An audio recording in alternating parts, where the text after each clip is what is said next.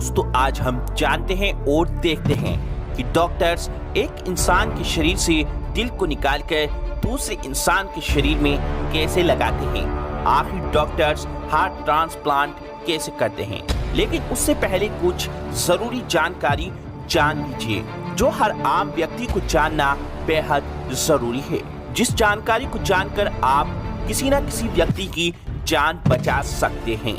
दोस्तों हमारा दिल एक ऐसा ऑर्गन है जो हमारे पैदा होने से लेकर हमारे मरने तक लगातार काम करता रहता है और हमारी पूरी बॉडी में ऑक्सीजन और ब्लड को सप्लाई करता रहता है। लेकिन जरा सोचिए, हमारे दिल में अगर कोई खराबी आ जाए तो मैं आपको अधिक जानकारी के लिए बता दूं, हर साल तकरीबन 70 लाख लोगों की मौत हार्ट अटैक के कारण हो जाती है।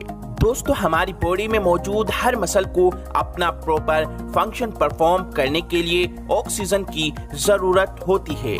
इसीलिए हार्ट को भी अपना फंक्शन परफॉर्म करने के लिए ऑक्सीजन की जरूरत होती है। हार्ट अटैक के दौरान हार्ट के मसल को ऑक्सीजन नहीं मिलती है, जिसकी वजह से हार्ट अपना फंक्शन परफॉर्म नहीं कर पाता है। और दोस्तों इसी के साथ आपके दिमाग में ये सवाल भी जरूर आ रहा होगा कि आखिर ब्लड सप्लाई कैसे रुक जाती है। दोस्तों जैसे कि आप जानते हैं, पूरी बॉडी को ऑक्सीजनेटेड ब्लड पहुंचाने वाली वेसल्स को आर्टरीज कहते हैं। पूरी बॉडी की तरह हमारे हार्ट को भी ऑक्सीजनेटेड ब्लड की जरूरत होती है। हार्ट को ऑक्सीजनेटेड ब्लड पहुंचाने वाली आर्टरीज को कोरोनरी आर्टरीज कहते हैं। जब हम ज्यादा फैटी खाना खाते हैं तो हमारे हार्ट में मौजूद कोरोनरी आर्टरीज में फैटी एसिड और लिपिड्स के प्लेग बन जाते हैं। प्लेग यानी हमारी आर्टरीज ब्लॉक हो जाती है और जब इनमें से कोई प्लेग रप्चर हो जाता है तो इसके गिर्द फौरन ब्लड क्लूट बनता है। ब्लड क्लूट बनने की वजह से पूरी की पूरी कोरोनरी आर्टरी ब्लॉक हो जाती है। कोरोनरी आर्टरी की कंप्लीट ब्लॉकेज की वजह से हार्ट के मसल को ब्लड की सप्लाई बिल्कुल रुक जाती है और वो कुछ ही मिनट में डेथ का शिकार हो जाते हैं। इसे मायोकार्डियल इन्फ्रंक्शन कहते हैं। मायोकार्डियल इन्फ्रंक्शन का दूसरा नाम हार्ट अटैक है। अगर हार्ट अटैक से डैमेज होने वाले मसल का तुरंत ट्रीटमेंट ना किया जाए तो हार्ट अपना कंप्लीट रिथम लूज कर देता है और फिर उस इंसान की मौत हो सकती है। चलिए मैं आपकी अधिक जानकारी के लिए बता दूं कि हार्ट अटैक के क्या क्या सिम्टम्स होते हैं।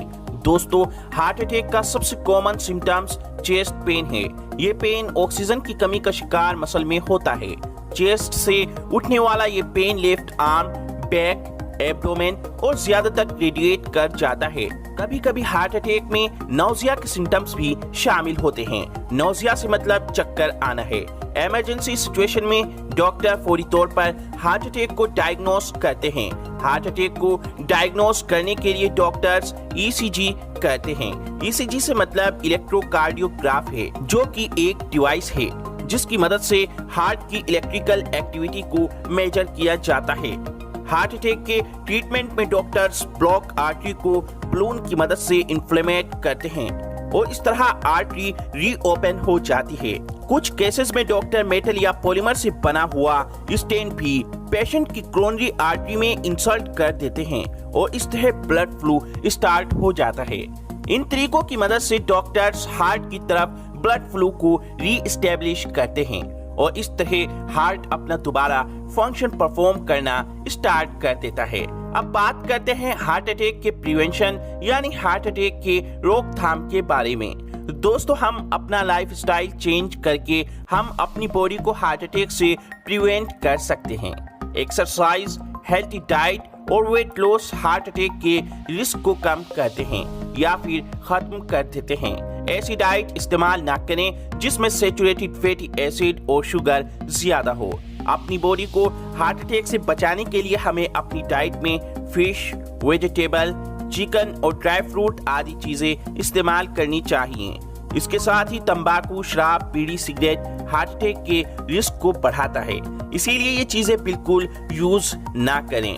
हमें हेल्थी एक्सरसाइज करनी चाहिए, खुश रहना चाहिए और अपनी नींद को भी पूरा करना चाहिए। इस तरह हम हार्ट अटैक के खतरे को बिल्कुल खत्म कर देंगे। दोस्तों चलिए अब जानते हैं हार्ट ट्रांसप्लांट की हिस्ट्री और हार्ट ट्रांसप्लांट कैसे किया जाता है। दोस्तों ये 3 दिसंबर 1967 की सुबह थी। साउथ अफ्रीका के कैपिटल केप टाउन में सर्जन क्रिश्चियन बार्नेट और इनकी टीम ऑपरेशन थिएटर में एक बहुत ही सीरियस ऑपरेशन करने में लगी थी।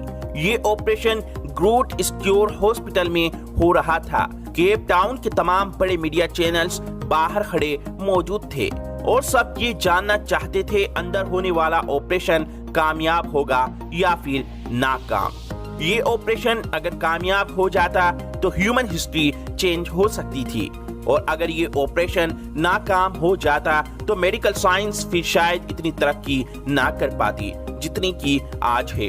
ऑपरेशन को शुरू हुए 2 घंटे गुजर चुके थे, जबकि बाहर इंतजार करते हुए लोगों की बेचैनी बढ़ती ही जा रही थी। वक्त गुजरता गया और सुबह का शुरू हुआ ऑपरेशन शाम को भी खत्म होने का नाम नहीं ले रहा था।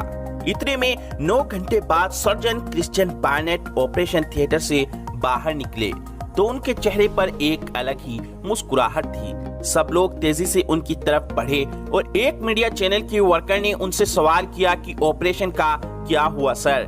क्रिश्चियन बार्नेट ने जवाब दिया, मरीज जिंदा है और ऑपरेशन कामयाब हो चुका है। ये वो वक्त था जब मेडिकल साइंस में इनकलाब आ गया। हार्ट जिसे ह्यूमन बॉडी का सबसे अहम पार्ट माना जाता है उसे सक्सेसफुली ट्रांसप्लांट कर लिया गया था और सारी दुनिया में सर्जन क्रिश्चियन बार्नेट और उनकी टीम की धूम मच गई और वो सब एक सेलिब्रिटी बन गए। क्रिश्चियन बार्नेट को इस ऑपरेशन में ग्लैमरस मैन का खिताब दिया गया। जिस पेशेंट का हार्ट ट्रांसप्लांट किया गया उसका नाम लुइस वोशकांस्की था और वो ऑपरेशन के बाद 18 साल तक जिंदा रहा। तो चलिए अब जान लेते हैं और देख लेते हैं कि आखिर हार्ट ट्रांसप्लांट डॉक्टर्स कैसे करते हैं।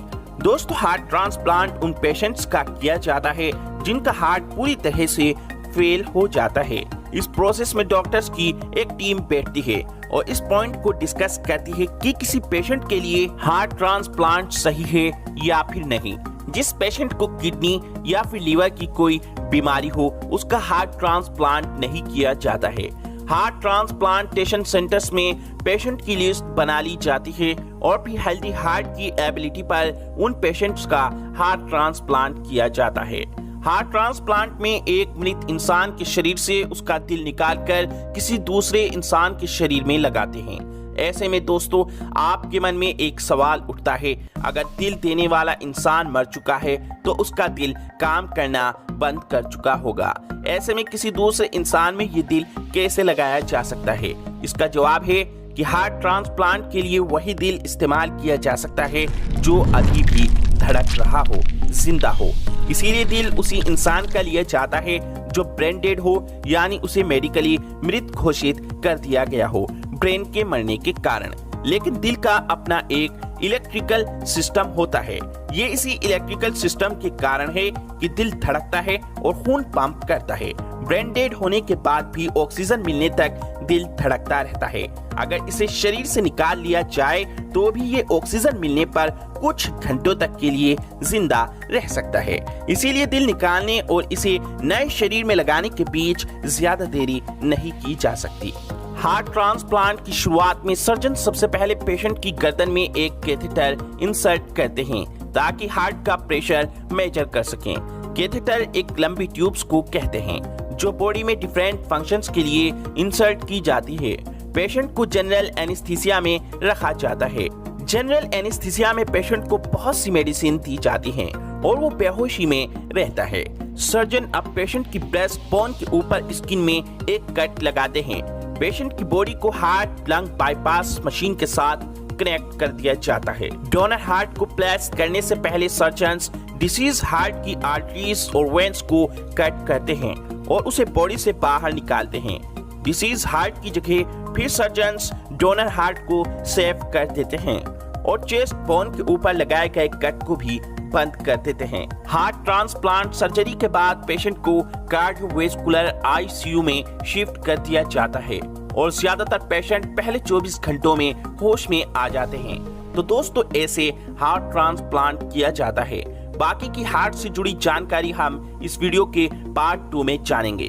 वीडियो को लाइक, शेयर और चैनल को सब्सक्राइब भी जरूर करें।